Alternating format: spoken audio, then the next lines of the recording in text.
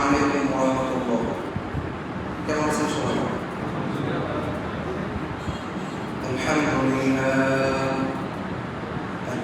لله نحمده ونستعينه ونستغفره ونؤمن به ونتوكل عليه ومن شرور أنفسنا من يهد الله فلا مضل له ومن يضلل فلن تجد له وليا مرشدا ونشهد أن لا إله إلا الله وحده لا شريك له ونشهد أن محمدا عبده ورسوله الذي أرسله الله تعالى بالحق بشيرا ونذيرا وداعيا إلى الله بإذنه وسراجا وقمرا منيرا أما بعد فأعوذ بالله من الشيطان الرجيم بسم الله الرحمن الرحيم قل هذه سبيلي أدعو إلى الله على بصيرة أنا ومن اتبعني وسبحان الله وما أنا من المشركين.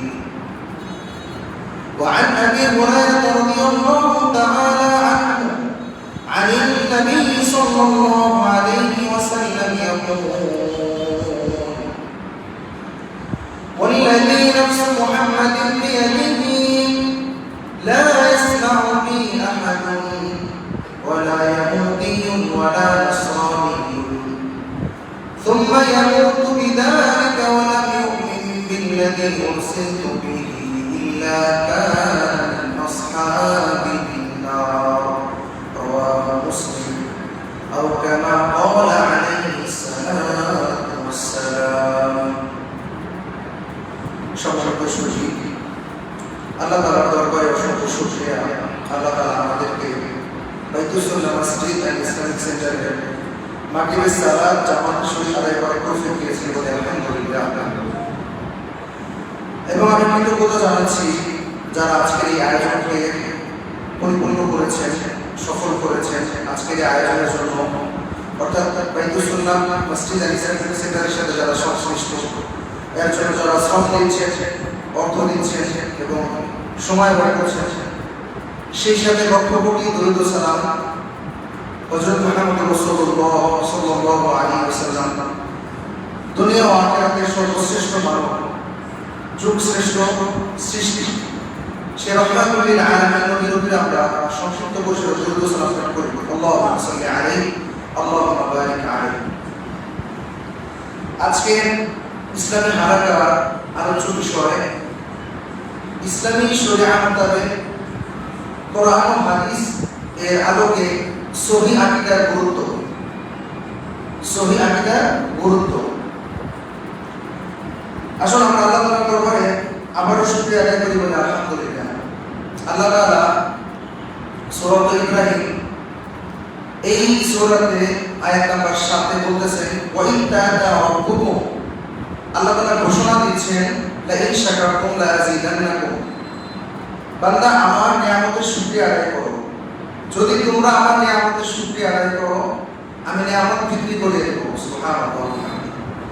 আর যদি নিয়ামতের শুকরিয়া আদায় না করো ইন্না আযাবি লাশাদীদ, নিশ্চয় আমার আযাব বড় কঠিন। সুতরাং নিয়ামতের শুকরিয়া আদায় করাটা জরুরি। আর নিয়ামতের শুকরিয়া আদায় আমরা কিভাবে করব? নিয়ামতের শুকরিয়া আদায় করব মুখে বলে এবং কাজে পরিণত করে।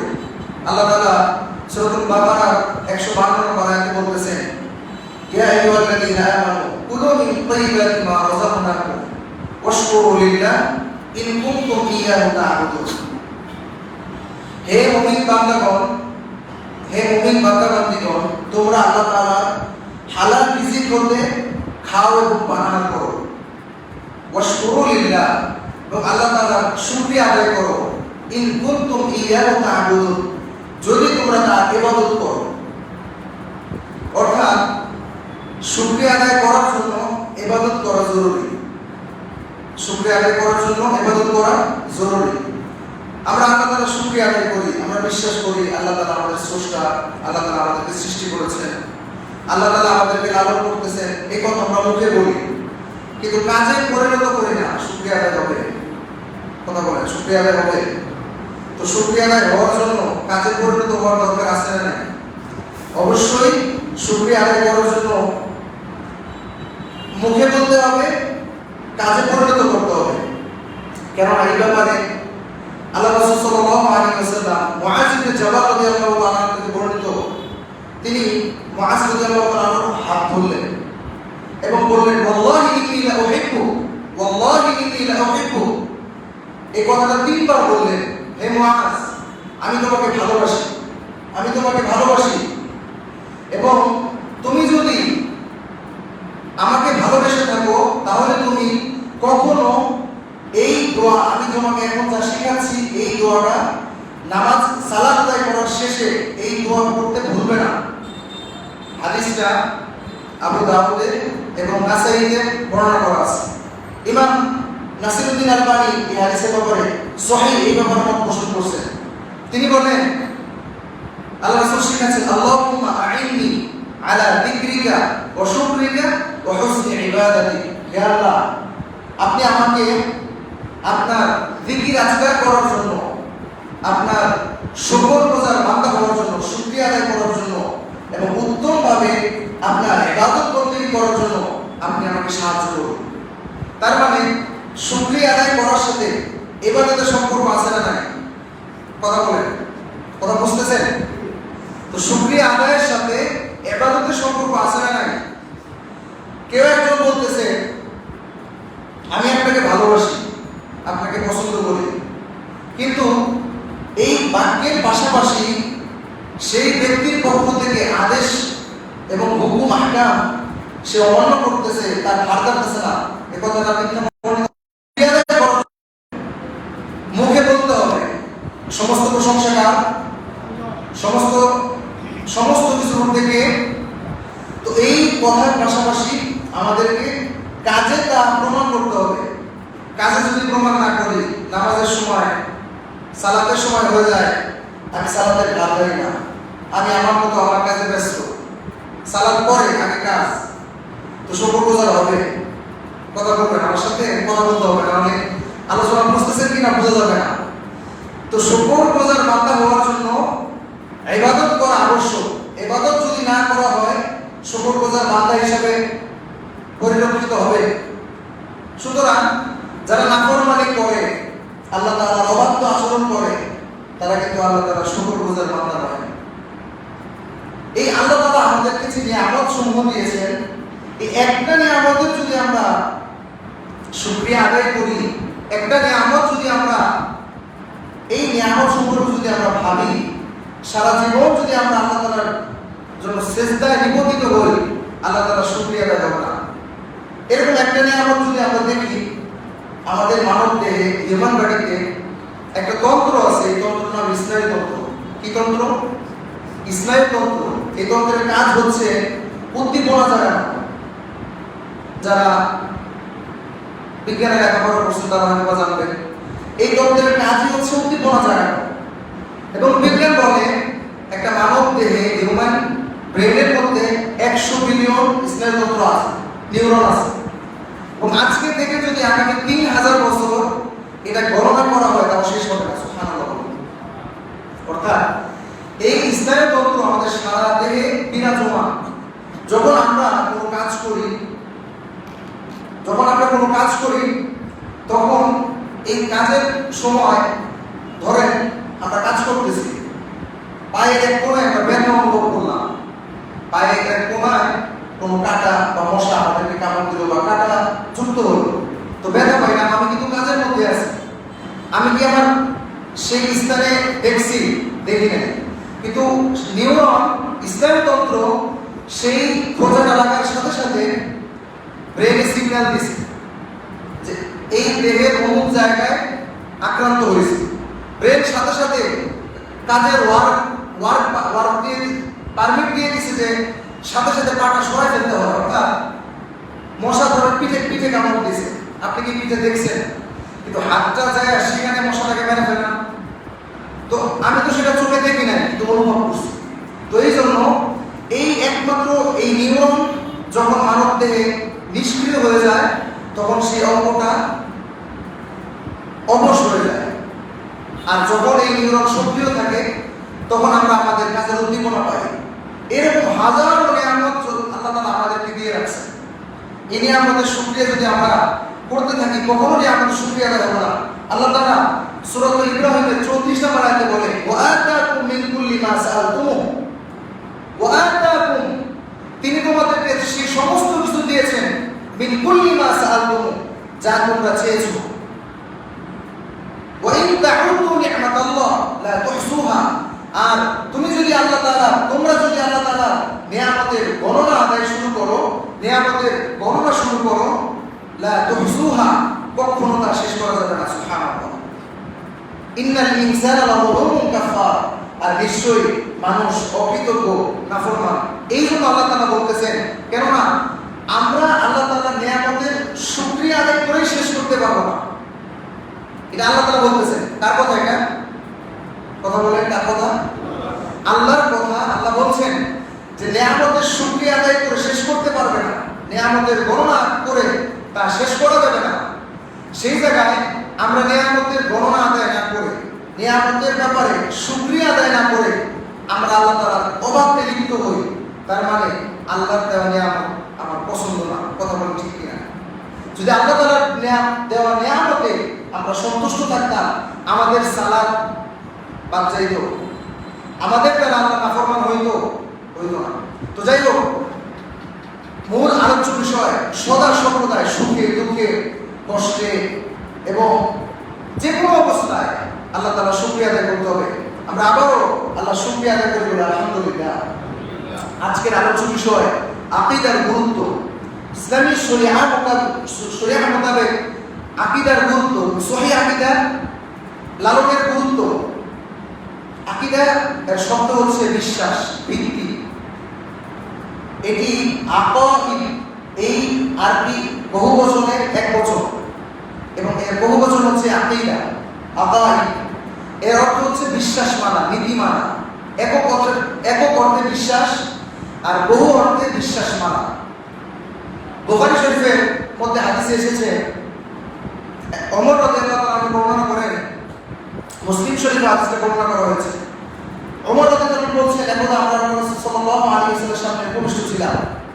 হঠাৎ সাদা শুভ্র পোশাকে এক আগন্তুক, এক ব্যক্তি মসজিদে নববীতে প্রবেশ করলেন এবং তিনি এমন অবস্থায় প্রবেশ করলেন যে তিনি সফর থেকে এসেছেন কিনা তার দেহে এরকম কোনো প্রমাণ পাওয়া যাচ্ছে না। তিনি আসার পরে বললেন, ইয়া রাসূলুল্লাহ আখবিরনি আনিল ইসলাম, আমাদেরকে ইসলাম সম্পর্কে জানান। তিনি বললেন, আল ইসলাম আন তাশহাদা শাহাদাতা আল্লাহ ওয়া আন্না মুহাম্মাদার রাসূলুল্লাহ ওয়া তুকিমুস সালাহ ওয়া তুতুজ যাকাহ ওয়া তাসুমু রমাদান ওয়া তাহিজ্জুল বাইতা মান ইসতাতা ইলাইহি সাবিলা। অর্থাৎ ইয়া রাসূলুল্লাহ, আপনি আমাদেরকে ইসলাম সম্পর্কে জানান। আল্লাহ রাসূল বললেন, ইসলাম হচ্ছে যে তুমি সাক্ষ্য দিবে একমাত্র ইলাহকে, কথা বলেন, একমাত্র ইলাহকে আল্লাহ, এবং মুহাম্মদ রাসূলুল্লাহ সাল্লাল্লাহু আলাইহি ওয়াসাল্লাম আল্লাহ তাআলার পক্ষ থেকে প্রেরিত রাসূল এবং নবী। তারপরে ওয়াতুকিমুস সালাহ, সালাত কায়েম করবে। কি করবে? কথা বলেন, সালাত কায়েম করবে। ওয়াতুতুজ যাকাত, যাকাত আদায় করতে হবে। কথা সোম রমাদান, রমাদানের রোজা রাখতে হবে। কথা হিজ্জুল বাইতা ইন ইসতাতা ইলাইহি সাবিলা, এবং সক্ষমতা থাকলে শারীরিক আর্থিক সক্ষমতা থাকলে হজ করতে হবে। তো ওই আগন্তুক ব্যক্তি আবার প্রশ্ন করলেন, আখবিরনি আনিল ঈমান, ইয়া রাসূলুল্লাহ, আমাকে আপনি ঈমান সম্পর্কে অভিহিত করুন, ঈমান সম্পর্কে আমাদেরকে জানান। আল্লাহ রাসূল বললেন, আন তুমিনা বিল্লাহ ওয়া মালাইকাতিহি ওয়া কুতুবিহি ওয়া রুসুলিহি ওয়াল ইয়াউমিল আখির ওয়াল কদরি খাইরিহি ওয়া শাররিহি। আল্লাহ রাসূল বললেন, তুমি ঈমান আনবে আল্লাহর প্রতি, ফেরেশতাদের প্রতি, আসমানি কিতাব সমূহের প্রতি এবং ভাগ্যের ভালো এবং মন্দের প্রতি। এই হচ্ছে ঈমানের পরিচয়। তো ঈমানের মৌলিক বিষয়কে একত্রিত করলে যেই শব্দ গঠিত হয় তাই হচ্ছে আকীদা। অর্থাৎ আমরা যা সত্য বলে মনে করি এবং সত্য বলে মনে করে সেই অনুযায়ী আমল করি তাই হচ্ছে আকীদা। বুঝাইতে পারছি আকীদা কাকে বলে? যা আমরা সত্য বলে বিশ্বাস করি, সত্য বলে মনে করি এবং তদনুযায়ী আমরা আমাদের জীবন পরিচালনা করি তাই হচ্ছে আকীদা। এখন আকীদা যদি কোরআন ও হাদিস সুন্নাহ মোতাবেক হয় তাহলে ওই আকীদা অনুসরণ করে ইনশাআল্লাহ সিরাতুল মুস্তাকিমের পাশাপাশি ওই আকীদার চূড়ান্ত লক্ষ্য হবে, ওই আকীদার চূড়ান্ত পর্যায় হবে জান্নাত। কথা বলে ঠিক কিনা? আর যদি আকীদা কোরআন ও হাদিসের বিপরীতমুখী হয়, কোরআন ও হাদিসে যা নাই তা যদি আমি মানি, কোরআন ও হাদিসে যা এসেছে তা যদি আমি ছেড়ে দেই, ওই আকীদা হবে জাহান্নাম, নাউযুবিল্লাহ। তো এই জন্য কোনো বিল্ডিং, কোনো বাড়ি নির্মাণ করার পূর্বে ওই বাড়ির বেশিরভাগ খরচ এবং বেশিরভাগ গুরুত্বপূর্ণ বিষয় হচ্ছে তার ভিত্তি নির্মাণ করা, তার ভিত্তি স্থাপন করা। আপনি 10 তলা বিল্ডিং নির্মাণ করবেন, এর জন্য ওই 10 তলার জন্য আপনাকে ভিত্তি নির্মাণ করতে হবে। হ্যাঁ, ভিত্তি যখন আপনার পরিপূর্ণ হবে, 1 তলা 2 তলা টাকার সামর্থ্য অনুযায়ী আপনার বিল্ডিং তারা করবে। কিন্তু ভিত্তিতে যদি সমস্যা হয় ওই বিল্ডিং ঠিক থাকবে? কথা বলেন ঠিক থাকবে? তো এই জন্য ইসলামী শরিয়াত মোতাবেক আকীদা হচ্ছে ভিত্তি। আকীদা হচ্ছে ইসলামী শরিয়তের সবচেয়ে গুরুত্বপূর্ণ। আকীদা যদি ঠিক থাকে আপনি মুসলিম, আপনার ইবাদত গ্রহণযোগ্য, আপনার ইবাদত কবুল হচ্ছে, আপনি এই ইবাদতের মাধ্যমে আল্লাহ তাআলার নৈকট্য হাসিল করতেছেন, এই ইবাদতের মাধ্যমে আপনি আল্লাহ রাসূলের আশিক, আল্লাহ রাসূলের প্রিয় বান্দা হতে পারতেছেন।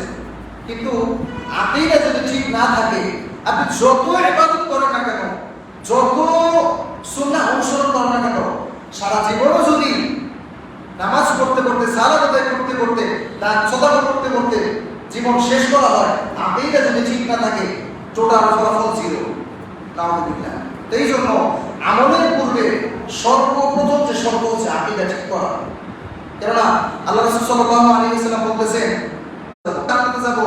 আমাদের আমল দ্বারা নয়, কারণ আমল দ্বারা যদি কেউ ভালো কিছু করতে পারতো তাহলে একদা আল্লাহ রাসূল সাল্লাল্লাহু আলাইহি ওয়াসাল্লাম বললেন, ওই দেখতেছো, ওই যে অমুক সাহাবী যুদ্ধ করতেছে, সাহাবারা দেখলেন যে হ্যাঁ তিনি যুদ্ধ করতেছে। তো তখন একটা তীর তার গায়ে এসে আটকে গেল। তিনি এই ব্যথা সহ্য করতে না পেরে তীরটাকে আরো ভিতরে প্রবেশ করে তিনি ইন্তেকাল করলেন, নাউযুবিল্লাহ। তো এই জন্য পৃথিবীতে কেউ কখনো জানে না যে সে কোন অবস্থায় মৃত্যুবরণ করবে। তাই আমল কখনো জান্নাতে যাওয়ার মাধ্যম নয়। হ্যাঁ, আমল করলে আল্লাহ তাআলা খুশি হন, আর আল্লাহ যেই বান্দার উপর খুশি হন সে জান্নাতে যাবে। আল্লাহ যদি নারাজ হন তাহলে জান্নাতে যাওয়ার কোনো সুযোগ নাই। কেননা আর এই আমল শুদ্ধ হওয়ার জন্য সবচেয়ে গুরুত্বপূর্ণ হচ্ছে আকীদা। এখন প্রশ্ন হচ্ছে, আমরা আমাদের আকীদা শুদ্ধ এটা বুঝবো কিভাবে? আকীদা শুদ্ধ এটা বুঝবো কিভাবে? এটা বোঝার প্রধানতম কারণ হচ্ছে সুন্নাহ অনুযায়ী আমল করা। আমাকে বলা হয়েছে আমাদের এই মসজিদ বাইতুস সুন্নাহ ইসলামিক সেন্টার, এই মসজিদটা নির্মাণ করা হয়েছে বিশুদ্ধ আকীদা লালন এবং বিশুদ্ধ আকীদার দাওয়াত মানুষের কাছে পৌঁছে দেওয়া। অর্থাৎ এখান থেকে আকীদার দাওয়াতের কার্যক্রম প্রসারিত হবে। সুন্নাহ আকীদা অনুযায়ী আমরা নিজেরা চলবো এবং এই আকীদা অনুযায়ী আমাদের দ্বীনি ভাইদের কাছে দাওয়াত পৌঁছে দেব, দাওয়াতের কার্যক্রম পরিচালনা করব। তো এই জন্য সবচেয়ে গুরুত্বপূর্ণ হচ্ছে আকীদা। এখন প্রশ্ন হচ্ছে আকীদা ঠিক কি ঠিক না এটা জানার উপায় কি?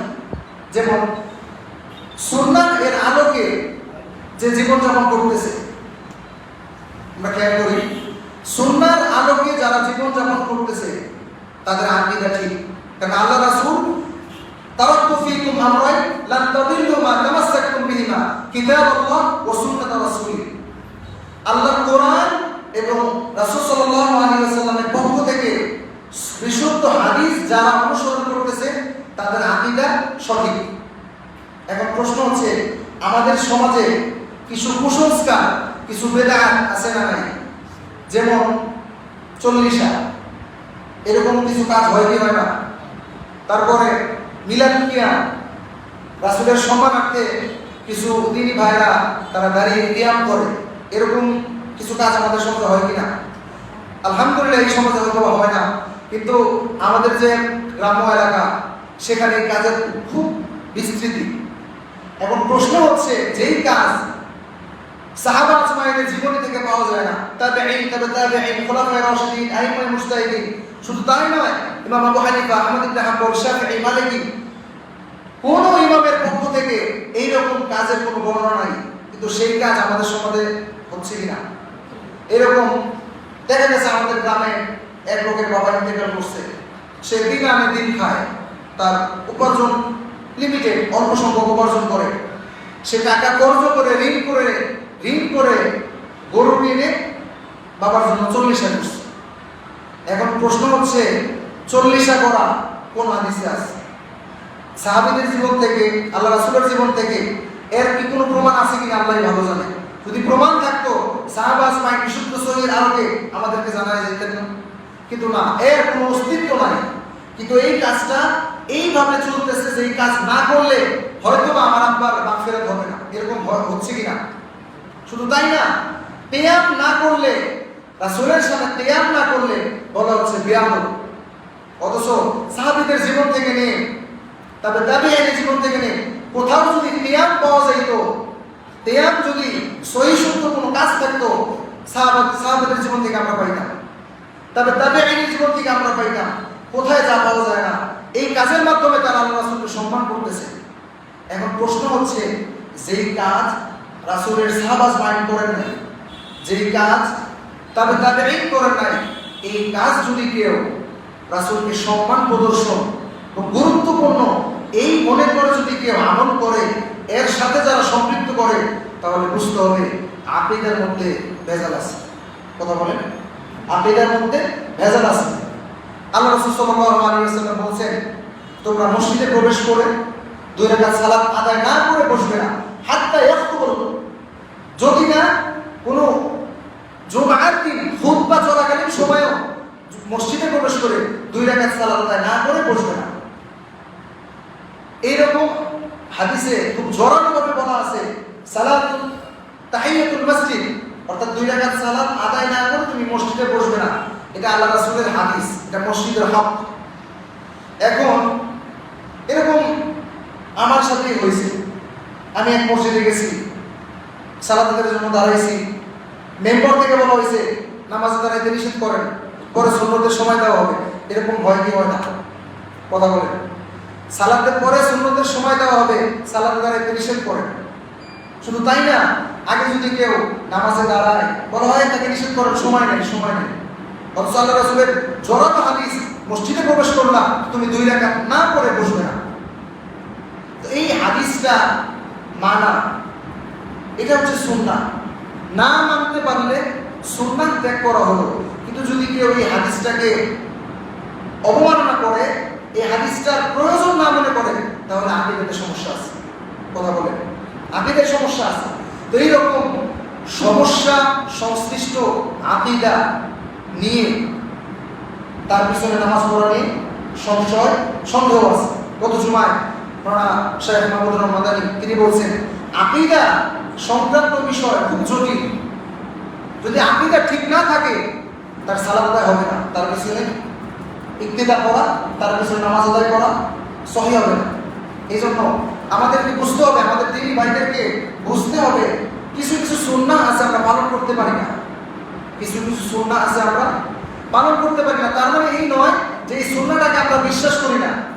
হ্যাঁ, আমরা সুন্নাহটা মানি, সুন্নাহটা বিশ্বাস করি, হয়তো বা প্রয়োজনীয়তা থেকে শয়তানের ধোঁকায় বা কোনো কারণে আমরা সুন্নাহটা মানতে পারতেছি না, কিন্তু এই সুন্নাহটাকে অস্বীকার করা, সুন্নাহটাকে যারা মানে তাদেরকে কটাক্ষ করা, এটা অন্যায়। আমার সাথে হয়েছে, এক মসজিদে আমি সালাত দিতে করছি, সালাতের সময় আল্লাহর বান্দা সে গায়রিল মাগদুবি আলাইহিম ওয়ালাদ-দাল্লিন এই আয়াত শেষ করার পরে সে আমিন পাঠ করছে। তো আমিন পাঠ করার পর সালাত শেষ করে ইমাম সাহেব তাকে বললেন, আমিন জোরে বলছে কে? হাত তোলেন তো। ওই দিনী ভাই আগে বড় কিছু চিন্তা ভাবনা না করে হাত তুলছে, মানে অপরাধ বোধ সামনে রেখে হাত তুলছে। বুঝলেন, আমি আমিন বলছি। কারণ আমিন জোরে বললেন কেন? এই মসজিদে জোরে আমিন চলে না, আপনি জোরে আমিন বলতে হলে অন্য মসজিদে যাবেন। নাউযুবিল্লাহ মিন যালিক। এটা কেমন কথা? এটা কেমন কথা? সূরাতুল ফাতিহা এটা তো দোয়া, এই দোয়া কার না দরকার? এই দোয়ার পরে আলহামদুলিল্লাহ রাব্বিল আলামিন, সমস্ত প্রশংসা আল্লাহ তাআলার, যিনি বিশ্বজাহানের প্রতিপালক, রহমানুর রহিম, যিনি পরম করুণাময় অসীম দয়ালু, মালিক ইয়াউমিদ্দিন, যিনি বিচার দিবসের মালিক। এই আকানা আবুদু ওয়া ইয়াকা নাস্তাঈন, কেবলমাত্র আমরা আপনারই ইবাদত করি, আপনার কাছেই সাহায্য চাই। সিরাতাল লাযিনা আনআমতা আলাইহিম, তাদের পথ যাদেরকে আপনি নিয়ামত দান করেছেন, গায়রিল মাগদুবি আলাইহিম ওয়ালাদ-দাল্লিন, তাদের পথ নয় যারা পথভ্রষ্ট হয়েছে, বিপদগামী হয়েছে। এই কথা বলার পরে, এই দোয়া পাঠ করার পরে আমিন না বলার কোনো অপশন আছে? আমিন না বলার কোনো সুযোগ আছে? শুধু তাই না, সহিহ সুন্নাহর আলোকে আমরা জানি, যদি ইমাম সাহেব যখন সূরাতুল ফাতিহা যখন পাঠ করা হয়, সূরাতুল ফাতিহার সাথে সূরাতুল ফাতিহা আদায় করার পর ফেরেশতারা আমিন বলে। আর কতই না সৌভাগ্যবান ওই ব্যক্তি যার আমিনের সাথে ফেরেশতার আমিন মিলে গেল। সুবহানাল্লাহ। তো এই জন্য কিছু কিছু কাজ আমরা পালন করি না, এটা একটা হিসাব, কিন্তু যারা পালন করে তাদেরকে যদি অবমাননা করা হয়, তাদেরকে যদি ভুল বলা হয়, তাহলে বুঝতে হবে এটা আকীদা সংক্রান্ত। সে জানে না যে এটা হাদিস আছে, সে এটা জানে না এটা হাদিস আছে, এটা তো জানে না এবং সে মানেও না, তার মানে আকীদার মধ্যে সমস্যা। এই জন্য আল্লাহ তাআলা আমাদেরকে আকীদা সহি শুদ্ধ করে ইবাদত বন্দেগী করার তৌফিক দান করুন। আকীদা যদি ঠিক না থাকে, কোনো আমলই কাজে আসবে না। কিয়ামতের দিন সবচাইতে ব্যথিত এবং সবচাইতে হতভাগা ওই ব্যক্তি হবে যে এত পরিমাণ, পাহাড় পরিমাণ আমল নিয়ে in the day of judgement, কাল কিয়ামতের দিন আল্লাহ তাআলার সামনে উঠবে, কিন্তু দুর্ভাগ্যবশত তার নেক আমল কোনো কাজে আসবে না। আর কিয়ামতের দিন ওই ব্যক্তি সবচাইতে সফলকাম, সবচাইতে লাভবান, যে অল্প কিছু আমল নিয়ে উঠবে, অল্প কিছু আমল, হাতে গোনা গুরুত্বপূর্ণ মৌলিক কিছু আমল নিয়ে উঠবে। আর এই অল্প আমলই তার জন্য নাজাতের যথেষ্ট হবে। এই জন্য বলা হয়েছে ইখলাসের সহিত ইবাদত বন্দেগী করা এবং আকীদা শুদ্ধ করে ইবাদত বন্দেগী করা জান্নাতে যাওয়ার মাধ্যম। আর আকীদাবিহীন, বিশুদ্ধ আকীদাবিহীন ইবাদত বন্দেগী করা এবং ইখলাসবিহীন ইবাদত বন্দেগী করা, এটা ওই ব্যক্তির জন্য ধ্বংস এবং ক্ষতিগ্রস্ত হওয়ার কারণ। তাই আমাদের আকীদাকে শুদ্ধ করতে হবে, আমাদেরকে অধ্যয়ন করতে হবে। এখন প্রশ্ন হচ্ছে, আমরা যারা কোরআন হাদিস অনুযায়ী সহিহ শুদ্ধ আকীদা আমরা লালন করি, আমাদেরকে প্রশ্ন করা হইতে পারে এই বিষয়টা কোথায় পেলেন? আমরা যদি না বলতে পারি যে এই বিষয়টা হাদিসের অমুক বর্ণনায় আছে, কোরআনের অমুক বর্ণনায় আছে, তখন আমার এই কথাটা অযৌক্তিক হয়ে যাবে না? আমার এই কথাটা অযৌক্তিক হয়ে যাবে, তখন আমরা হেয় প্রতিপন্ন হব। এই জন্য আকীদাকে লালন করা, আকীদাকে বিশুদ্ধ করার জন্য আমাদেরকে অধ্যয়ন করতে হবে, কোরআন হাদিস ঘাঁটতে হবে, কোরআন হাদিস জেনে শুনে ইবাদত বন্দেগী করতে হবে। কেননা আজকের এই খুতবার শুরুতে আমি যে আয়াতটা তেলাওয়াত করেছিলাম, সূরা ইউসুফ, আয়াত নাম্বার 108, কুল হাদিহি সাবিলি আদউ ইলাল্লাহ, হে নবী আপনি বলে দিন হাদিহি সাবিলি আদউ ইলাল্লাহ আলা বাসীরাতিন আনা ওয়া মান ইত্তাবা'আনি, অর্থাৎ আমি এবং আমার অনুসারীরা জেনে বুঝে প্রজ্ঞার সহিত আল্লাহ তাআলার দিকে মানুষকে আহ্বান করি। তার মানে কোরআন ও হাদিসের আলোকে মানুষকে আহ্বান করতে হবে, অন্ধ জ্ঞান দিয়ে নয়, জ্ঞানবিহীন কোনো কার্যকলাপের মাধ্যমে নয়। অর্থাৎ আমি যে বাক্য বলতেছি মানুষকে, আমি যে আমল করতেছি তা আমাকে জেনে বুঝে আমল করতে হবে। মুরব্বীরা বলছেন, আলেম ওলামারা বলছেন, সাহেব বলছেন, পীর সাহেব বলছেন, অমুক মাওলানা সাহেব বলছেন, সেটাই কিন্তু আমার জন্য গ্রহণযোগ্য নয়। তাই কি আমার জন্য গ্রহণযোগ্য? তাই আমার জন্য গ্রহণযোগ্য নয়। হ্যাঁ, যৌক্তিক আলোচনার পাশাপাশি আমাকেও বিষয়টা নিয়ে ঘাটাঘাটি করা দরকার। আমার সহিহ শুদ্ধ আলেমের কাছে বিষয়টা জানা উচিত যে হুজুর এই কথাটা কি ঠিক কিনা, এই কথাটা কি কোরআন হাদিসের বহির্ভূত না কোরআন হাদিসের ভিতরে। এই জন্য জেনে বুঝে আমল করতে হবে। সূরা ইউসুফের আয়াত নাম্বার 108 আল্লাহ এটি বলতেছেন, আলা বাসীরাতিন আনা ওয়া মান ইত্তাবা'আনি, জেনে বুঝে আমল করা না। আল্লাহ তাআলা আমাদেরকে আমল করার তৌফিক দান করুন। আল্লাহ তাআলা আমাদেরকে সহিহ শুদ্ধ আকীদা লালন করে কোরআন ও হাদিস অনুযায়ী সহিহ সুন্নাহর আলোকে আমাদের জীবনকে পরিচালনা করার তৌফিক দান করুন।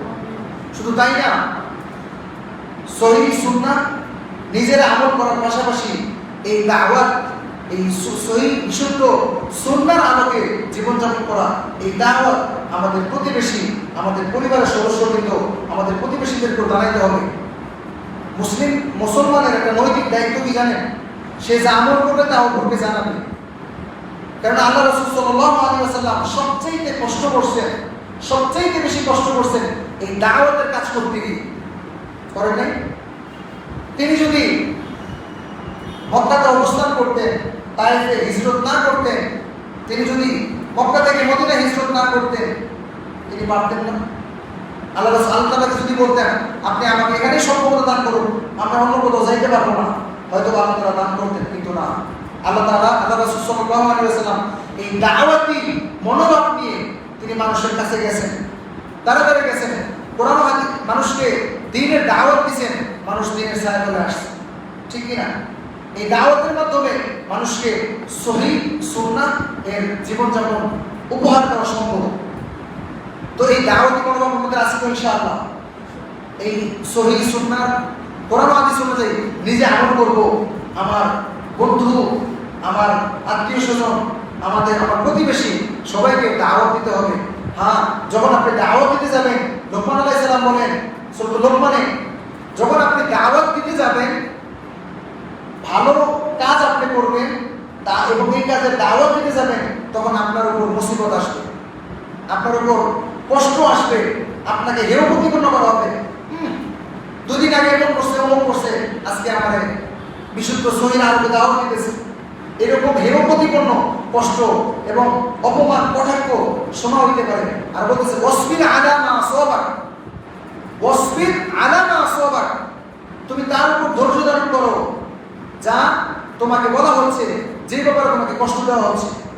তো এই জন্য আল্লাহ তাআলা আমাদেরকে এই কোরআন হাদিসের বিশুদ্ধ সহিহ সুন্নাহর আলোকে নিজেদের জীবনযাপন করার তৌফিক দান করুন। আমিন। সেই সাথে এই বিশুদ্ধ সহিহ সুন্নাহ এবং কোরআনের দাওয়াত আমাদের পাড়া প্রতিবেশী, আমাদের বন্ধু স্বজন, আমাদের আত্মীয় স্বজন, পরিবার বর্গকে এই দাওয়াত পৌঁছে দেওয়ার তৌফিক দান করুন। আমিন। আল্লাহ তাআলা যে সমস্ত কথাগুলো বলা হলো, সর্বোপরি আমাকে আমল করার তৌফিক দান করুন এবং আপনাদেরকে আমল করার তৌফিক দান করুন। আমিন। সেই সাথে আমাদের মধ্যে যারা উপস্থিত নয়, যারা আমাদের পরিবার বর্গ, তাদের কাছে এই দাওয়াত এবং এই আলোচনা পৌঁছে দেওয়ার তৌফিক দান করুন। আমিন। ওয়া আখিরু দাওয়ানা আলহামদুলিল্লাহি রাব্বিল আলামিন। সুবহানাল্লাহি ওয়া বিহামদিহি, সুবহানাকাল্লাহুম্মা ওয়া বিহামদিকা, আশহাদু আন লা ইলাহা ইল্লা আনতা, আস্তাগফিরুকা ওয়া আতুবু ইলাইক।